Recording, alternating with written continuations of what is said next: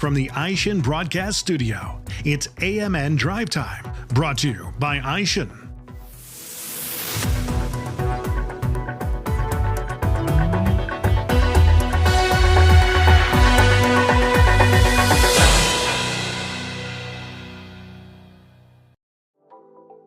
AMN Drive Time is sponsored by Aishin, your trusted and reliable source for aftermarket automotive components and technology.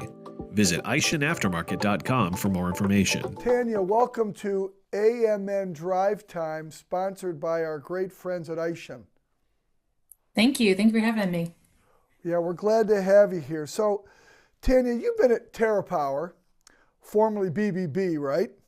Yes. For almost 11 years. And in addition to your position at TerraPower as commercial project manager, you're also advocate for the industry as the chairperson of Yang. Yes. Tell us what attracted you to that role. Did you volunteer for it? Did you get appointed? And did you miss the meeting where they named the chair? Right. What's your vision for the organization in your year as chair? Yes. So I guess I'll start from the beginning a little bit. I was introduced to Auto Care Association in 2018 when I joined the commercial team as project manager, and was truly introduced to the industry at that year. A few years later, I was introduced to the communities, Women in Auto Care and Yang, for example. And I just love that we have a 5 million employee industry, but these communities make the industry feel smaller to kind of like help you find your people. So I've always been a connector of people. And so becoming Yang Council, vice chair, chair was a very natural decision to make sure I helped bring the industry and those communities to others who may or may not be in the field. They may be in the corporate offices.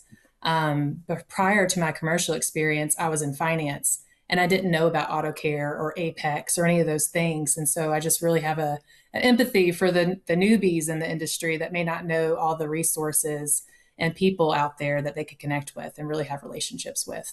Highlight some of the features and benefits of Yang membership, and I'll prompt you a little bit. I know it includes things like networking opportunities, professional development, annual fundraiser, awards, scholarships, Right. more. Maybe just kind of expand upon all that, and what does it mean to your membership? So yeah, networking, like I said, kind of just brings that industry home for you. The professional development, we have the mentorship program we started 4 years ago. I am happy to announce that we have had 65% growth since year one. We have 24 mentors and over 125 mentees. And my goal is to have 40 mentors and 250 mentees in the coming years. I really hope to see the 40 for the under 40 before too long. We also have our Young Professional Series where we have industry leaders come speak to us, fireside chat. And giving back, we have a new initiative where we actually partnered with the University of Aftermarket. Mima and Yang worked together to get enough donors into the coffee club where we now have a Fueling the Future scholarship in the name of Mima and Yang. We also support the Aftermarket Charitable Foundation. We're working to kind of strengthen that partnership with giving them a Yang representative.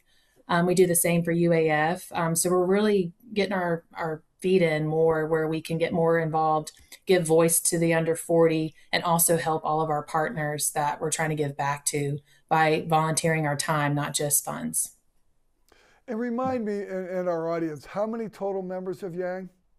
There's over 1,600 active members, but I think you mentioned, what is my vision? And I don't see all 1,600, to be honest. And so my vision is actually to find and engage all 1,600. So not so much increasing the number, but also getting them involved. And so there is 1,600. We reach out to them via LinkedIn, newsletters. We give all the opportunities for the professional development and the networking. But I'm not really happy with the 1,600 because I feel like there's so many more out there. So I want to see active, involved, attending leadership conference and the YPSs and just really see them getting involved and getting into the industry with us. So Tanya, as chair, how do you ensure that Yang creates meaningful connections for your young professionals to advance their careers and contribute, which is important, to the aftermarket at large? Yeah, I think the mentorship program does that very well. It plugs them into multiple leaders. So each year they can choose a different topic and different leaders. So they're getting that networking with the mentor, but also with each other. And then in the conferences that we have, I just got back from Women in Auto Care, but Yang has their leadership conference in May as well. And so we're making sure we have those topics of, how do you navigate your career? How do you network? How do you speak up? How do you have difficult conversations? How do you navigate your career and then bring others with you? So I think we also do lots of surveys where you can tell us what you want to hear about. Do you want to hear about leadership, career navigation, negotiations? And then we build our conferences on those surveys where we are actually presenting the content that they requested. So that's how we kind of stay relevant with it too. So you mentioned that one of your goals for 2026 was to meet all 1,600 members. By the way, great goal. I bet you'll do it too. You got 10 more months, and you've probably got a good head start. So, yes. But are there any other new initiatives for 2026 that you are all going to be doing? Yes, started this probably last year actually, but it's a growing program.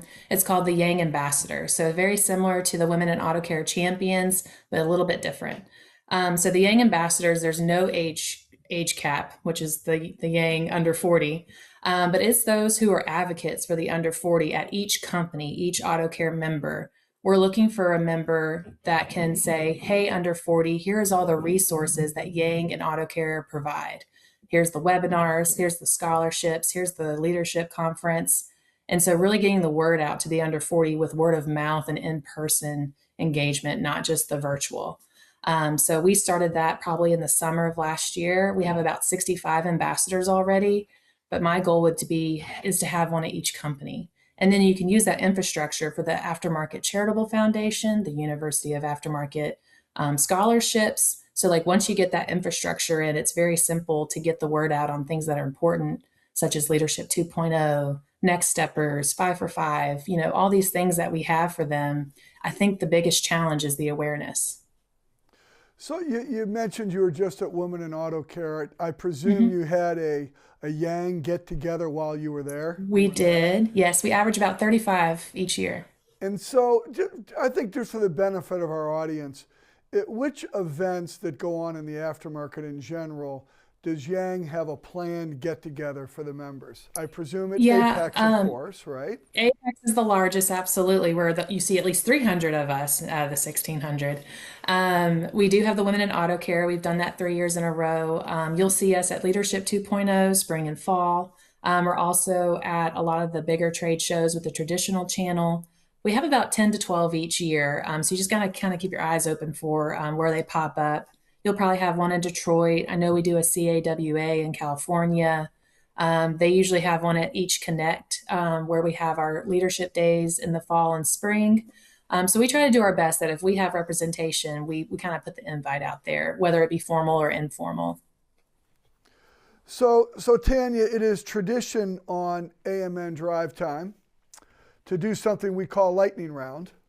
Okay. And with lightning round, I'm just going to ask you a few questions, and you're going to give me a quick answer off the top of your head. All right. Are you ready? I think so. All right. Tell us a fun fact about Daphne, Alabama, where TerraPower is headquartered. I think the fun fact is we're 30 minutes from the beach without the tourism. Okay, that's a good fact, right? Yeah.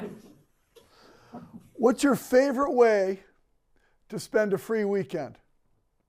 Free weekend. I have 2 twin girls who are 5. So my husband and I enjoy having twin adventures on the weekends. I have twins as well. I have a boy and a girl. Do you really? And they're 29. Oh my gosh, that's awesome. And my son just got married, and he married a young lady who is a twin as well. Awesome. Good luck. You're gonna have twin grandbabies one day. Maybe, we hope. Especially because I won't have to take care of them every day. Grandparenting looks really fun, actually. Like you get to have all the snuggles and not all the responsibility. I think it's good, right? Yeah. So I think I know the answer to this one now, knowing about the 5-year-old twins. But Yes. are you more of an early riser or a night owl? Goodness, early riser now. I used to be a night owl. That definitely got changed. Yeah, no night owls when you got 5-year-old twins, No, it's like 9:30. We're all going to sleep. I'm sure. Okay, last question. What's one of the best vacations you've ever taken? Ooh, I went to Italy on my honeymoon. We did Rome, Florence, and Venice. That's probably going to be top five for a long time. And what was your favorite of the three? Ooh, I think I liked Florence because we did like a cooking class and then we got to see all the art and museums. So I enjoyed Florence. We spent a lot of good time there. Great. Tanya, great to have you on AMN Drive Time, Thank you. sponsored by our good friends at Aishin. Well, thank you so much for having me. I appreciate it.